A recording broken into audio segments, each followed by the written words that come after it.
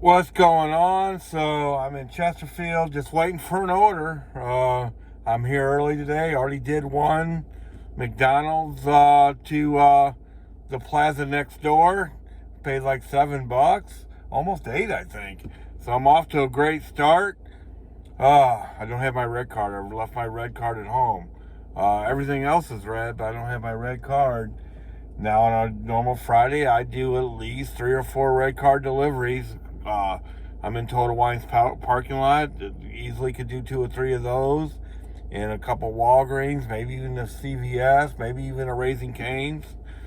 But I won't be able to do those today. I had to do some paperwork this morning, and I pulled it out of my wallet to look for some other stuff, and I forgot to put it back in. It is what it is. So, yesterday, happy Veterans Day, by the way. I hope everybody had one. Thank you to the veterans, sincerely. I mean that. We wouldn't have all these freedoms if it wasn't for you. So, yesterday my day started out with a 675, a lot like today's delivery, going across the street from Panera Bread. I get there, nobody's there. Nobody's at the counter. 5 minutes go by. There's still nobody. Now, I've been in there one other time when there was one person, and he was running around like a chicken with his head cut off, and I finally had it unsigned. But I've never been there where there was no people there. I guess sometimes I know they have the people come in a little bit later, and then, they get themselves in a mess, and that's what they did. I gave it about 5 minutes, and somebody finally did go over there to the counter, but then she was running on with like a chicken with her head cut off. I gave it another 5 minutes at least, and then I finally, gave up. I unassigned from it, and as I was walking out, I seen the bag on the catering counter. Now, some of us know that there's bags over there sometimes, but if you even look at them, touch them, ask about them, you will get scolded. You will get scolded. They will say that's not for you. But it was sitting right there, and I guess in the confusion of, them getting destroyed. Feel so sorry for some of these restaurant workers these days. That bag ended up there, but I had already unassigned from it. What are you gonna do? That's how my day started, and my streak ended yesterday. Now, I did get a little late start. We'll get to that, but I really did work a full day, and I didn't make 300, and I didn't make it close enough to call it 300. I made 257.74. Still not a horrible Thursday. A lot of people eating out yesterday. Every drive-through that I went through was full. I remember I went by P.F. Chang's on Chesterfield Parkway on a Thursday. I could not believe how full their parking lot was. So there's a lot of people out. So that leads me to believe it's going to be busy today, right? Plus, because it's kind of nasty out. I mean, it's downright chilly. So that's good. I'm still averaging over 300 this week, so no big deal. I thought I was going to get a late start today, but a meeting I had canceled, and I'm glad it canceled, because all I got is today. I'm probably, depending on today and tomorrow, I'm probably going to take off Sunday, get ready for my new job. I got a little bitty late start today because I was filling out paperwork for that job. I started W-2 on Monday, but it's really going to work good with what I got planned. It's a 4-day on, 4-day off job, and I plan on DoorDashing at least 2 of those 4 days, and a little bit after the job sometime. So I plan on making it more money than I've ever made before. Uh, when you're a little bit older, you got to have some health insurance, baby, and you got to have, and then plus, I have loans and stuff like that. And I'm gonna get more loans for cars and stuff as time goes by. They're gonna want you to have, a W-2. So, it is what it is. I will sincerely miss DoorDashing every day. There is no doubt about that. It's one of the best jobs I've ever had. No doubt about it, baby. No doubt about it. Money wise and just no stress. There is some stress involved, but it's nothing like what I'm used to. So this is my last full-time week, and then I'll be like so I'm gonna have a unique perspective. I will know what it's like to dash full-time, and then I'm gonna be know what it's like to dash part-time. I'll have that unique perspective. So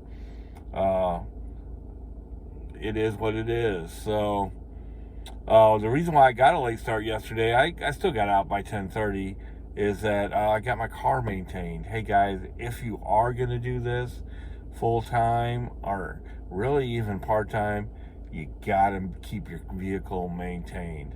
Don't ignore lights. Don't let your brakes fall off and break your rotors in half and all that. When a light comes on, get it fixed. Get it fixed. You should be making enough money to do that.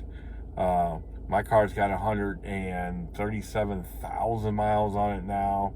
I've put just about 15,000 on it since I started DoorDashing. And in that time, and this is not all from doing DoorDash, I've replaced the brakes. I right before I started DoorDash, I replaced the water pump. I've replaced both brake lights. I just replaced the headlight. I had to get the something fixed with my fuel pump. And just tires. If I didn't say brakes and rotors. Keep your vehicle maintained. That's the only way that this job will be sustainable, if you keep your car maintained. That's a whole nother video that I will make soon about the sustainability of DoorDash full time. I will give my perspectives on that, since I did it for a little bit now. That's why I was running late yesterday. It's probably why I didn't quite make 300. It's one of the reasons. Another reason, it was just slow. My best delivery for the second day in a row was a Walmart delivery, paid $19. Actually, I had two Walmart deliveries that paid $19 a piece. I made a mistake here or there, but nothing to write home about. I turned down I took a $3 delivery or a $2 delivery to miss out on a $3 delivery, blah, blah, blah, one of those kind of deals. But that kind of stuff's going to happen. I double apped yesterday. Let's talk a little bit about that. So, I don't suggest it, man. I know I said I just did it. Matter of fact, I've done it 4 times here recently. And three out of the 4 times, I had some kind of little issue. Pedro, a guy that I respect, I don't know him or anything, but I watch his videos, and I learned a lot of my tips from him. He just got another, I shouldn't say one, he had another contract violation, and he was double apping, and what happened was, he was late delivering because he got held up somewhere. It's the exact situation that I always describe that could happen, and the way the DoorDash contract terms of employment read, he could get deactivated. What if nothing else? What you're doing is you're inviting DoorDash to come and look at your GPS, and since they may ask, hey, what are you doing over there when you're supposed to be over there? So let me go through some of mine. I don't think he's going to get deactivated or anything, but is it worth it? Is it worth it to make it $6, $7, $8?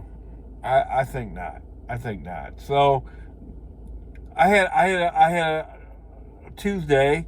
I actually double apped. And what's the difference between multi-apping and double apping? Multi-app is when you run both apps. I have both apps running right now. Waiting over 10 minutes for order. So, and then if I get one, I won't do another delivery for the other app. I'll pause it or just let it run, depending on what it is and who it is and all that, and how far it's going and all that. So multi-app is when you have both apps running, but you only do a delivery for one company at a time. That's multi-apping. Double apping is when you have both companies' food in your car at the same time, and that's in my opinion is a bad idea. It's not worth it. I still do it. Let me give you 3 examples why I don't think you should do it. So number 1, I got a Panera delivery going to Eldridge Payne Road, 1422. I got a McDonald's delivery going to the same building. Once the same building, that's a no-brainer. Anybody would do that, right? Well, I picked them both up. I delivered them both probably within 10 minutes of getting the orders. It was that close to a pickup, and that's how close the delivery was. I mean, it went beautiful. And then right after, I get a text from one of the people, "Where's my food?"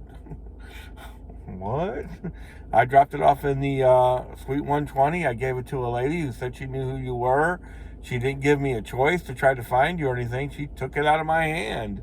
And I never heard back or anything, but blah, blah, blah. That's just an issue I had. Now, I was close enough. I could have went right back there and tried to straighten it out. But, it's possible, I guess. I could have switched the food or something. I don't know. I was just surprised to get that text for real. And I just happened to be multi-apping at the time. I mean, double apping. So the second scenario is, I get a Crazy Bowls going to like Westmead on Baxter Road, and then I get a Japanese steakhouse delivery. You got to drive by the Japanese steakhouse basically to get to Baxter Road, right? It was going to Cedar Mill, which is just right up the street. I mean, on the same street as Westmead. Both of them are right off Baxter, within a mile of each other. I mean, they're really close, right? So I pick up the Crazy Bowls. I pick up the Japanese steakhouse. I'm headed to the one a little bit. I guess that would be west on Baxter. Yeah, I have to be west on Baxter. And the lady from the steakhouse texts me, "Is it possible to add a Diet Coke?" I had already picked it up. Well, I didn't really want her to see where I was on the app or anything, so I didn't answer her right away. I went ahead. I mean, I was really close to the other delivery. I went ahead. I knocked that out, and then I messaged her. Hey, what I could do is I could pick you up a Diet Coke. I'm sitting right by it. There's a mobile station right in between, and then I'll bring it to you. You can get paid before it when I get there. Never heard back, but again, just another issue that could have held me up. That was similar to like Pedro's first contract violation, because he's actually got 2, and I'm not picking on him at all. He's great. I just check out his channel, man. It's awesome. And he's a lot more tech savvy than me. So she never answers or anything. No big deal. So yesterday I get I'm delivering. I'm delivering delivery. I get a pickup, Crazy Bowls going right on Clarkson, and then I get a First Watch, and I'm delivering on the Appalachian Trail, going again right off of Clarkson. Again, no brainer, no brainer, no brainer, no brainer. Here's where it gets really, the first two, really no big deal, but here's where it gets iffy, right? So I pick up the two pickups, it goes perfect. I get to the first delivery. I still got like 14 minutes to deliver the other one.